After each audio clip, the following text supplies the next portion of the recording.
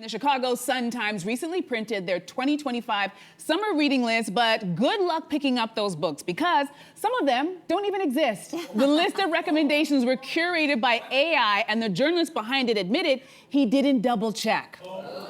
I know. So where is the line when it comes to journalists using AI? Sachi, I'm going to throw to you first, darling. Not a lot of ethical consumption of AI in journalism. Almost impossible to use ethically. This is one of the funniest examples of it, and I really like it because everybody gets in trouble. But there isn't really a way to use it that doesn't feel like it crosses some boundary where it steals somebody's work or is just kind of like boring, frankly. When my book came out a little while ago, somebody wrote like a fake AI memoir about me. It's like Sachi Cole, Love and Loss and a Story of Resilience. In what world would I use any of those words? Exactly. But it was like a full rip of my Wikipedia, and it was just like a lot of fluff and circumstance, but it's devised to trick somebody into buying what they think is the book I wrote, but obviously isn't. $7-8 on Amazon, it's been pulled. But there's no ethical consumption of it, in part because it either steals from somebody, or in this case, it's false, demonstrably wrong. But the other thing about AI, which is what it strips from art, is that the point of art is who made it and how they made it. Under what circumstances did they make it? What was it for? What did it do?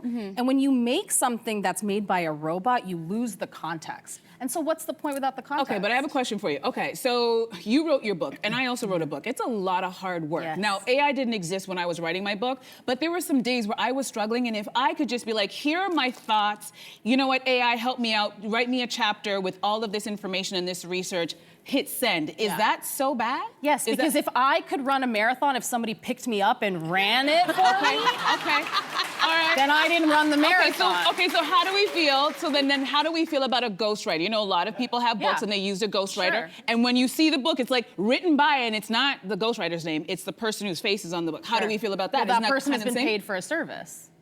That is a person who's been paid for a service to do something for an author. That is a job. Okay, but it's not here's the deal, but what I'm saying is the author who's put their name by such and such, they know they didn't write it. They just fed that person information, and that person put it together really nicely and said, here's my book, and they do a book tour, and no, they never talk about the fact that they actually didn't sit down, open their laptop, and write that book. Well, it's their story, right? It's their story. Well, when I put it in AI, it is this guy's an idiot, because he got caught and it's embarrassing, he didn't double check anything. But suppose you put in all of your work, all the research, and you're like, hey, AI, just clean this up for me. Make this a little bit more in particular refined. in this situation, though, it is a journalist, and we already know that it's like news is having a hard time right now. So I worry that this is the last nail, or one of the last nails in the news coffin. Like, news has to be doing everything extra in order to prevent AI from taking over.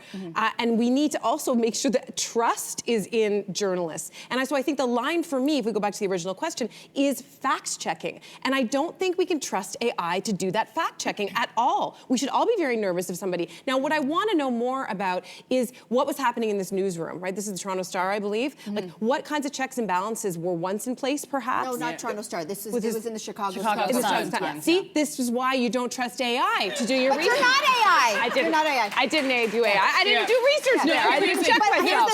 Here's the thing, guys. We sound like the generation that was like, if you want to research something, you can only look it up on Encyclopedia Britannica. No, the horse left the barn a long time ago. Right. From the New York Times AI policy. Newsflash, New York Times uses ChatGPT. Newsflash, the Globe and Mail uses ChatGPT. But here is their policy. This has already been in place. The horse left the barn a long time ago, y'all. And it's not about it controlling us. I think that's to your point. What you're going to hear quickly is that in both of these cases, it is human oversight that must trump I hate to even use the word Trump, but you know what I'm saying. It is human oversight that must go on top of everything. So the New York Times AI policy, our editors may employ generative AI tools to create initial drafts of headlines, summaries of Times articles, and other text that helps us produce and distribute the news. That's the New York Times. Yes. Okay. If you've got somebody who's written an article from like some no man's land weirdo magazine that is very slanted one way, that's everything's fed into AI. So I'm just saying, I'm questioning what is the research and how, like, are the right checks and balances so we've actually fact-checked the research that's going into AI? Yes, yes. well, So that's the journalist's job. That's where he I said screwed Globe and up. Mail. Globe and Mail also says our editorial code of conduct to which the Globe and Mail journalists are bound states it is unacceptable to represent another person's work as your own.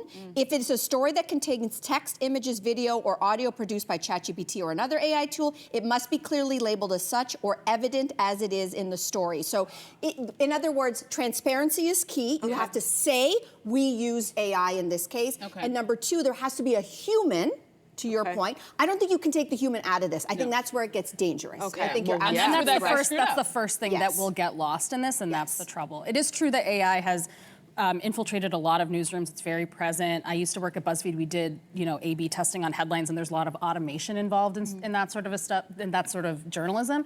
This is different. This is a full article made out of whole cloth with real authors and fake books. Yeah. It is so easy to look up what Ruman Alam is working on right now and confirm whether or not that's true. But the reality is that in newsrooms, they're understaffed. Yep. And the first thing that they're gonna cut are jobs like this that are designed to have checks and balances for tech like this, because they think, but we have the tech, so we don't need anybody to look after it. But when you Google something and it gives you an AI summary, the first two are wrong.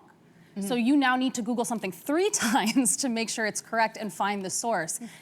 It's funny you talk like we sound like, my parents used to say, like, you got to go to the library and read the, go look at like an encyclopedia. microfiche? Yeah, you got to get a magnifying Yes. glass and go through the Dewey Decimal System. Yeah. And that obviously is different because we have the internet. But we also had to talk to each other about how to use the internet and what it meant and how that anybody could put anything on it. That has been true for the entirety that we've had the internet. But now we have this thing that can create stuff. It can make articles, it can make images, it can make people, it can make anything except fingers, it seems perfectly capable of doing.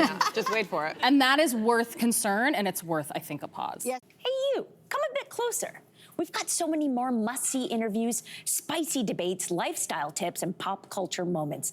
So subscribe to our channel by tapping the logo below and don't miss out.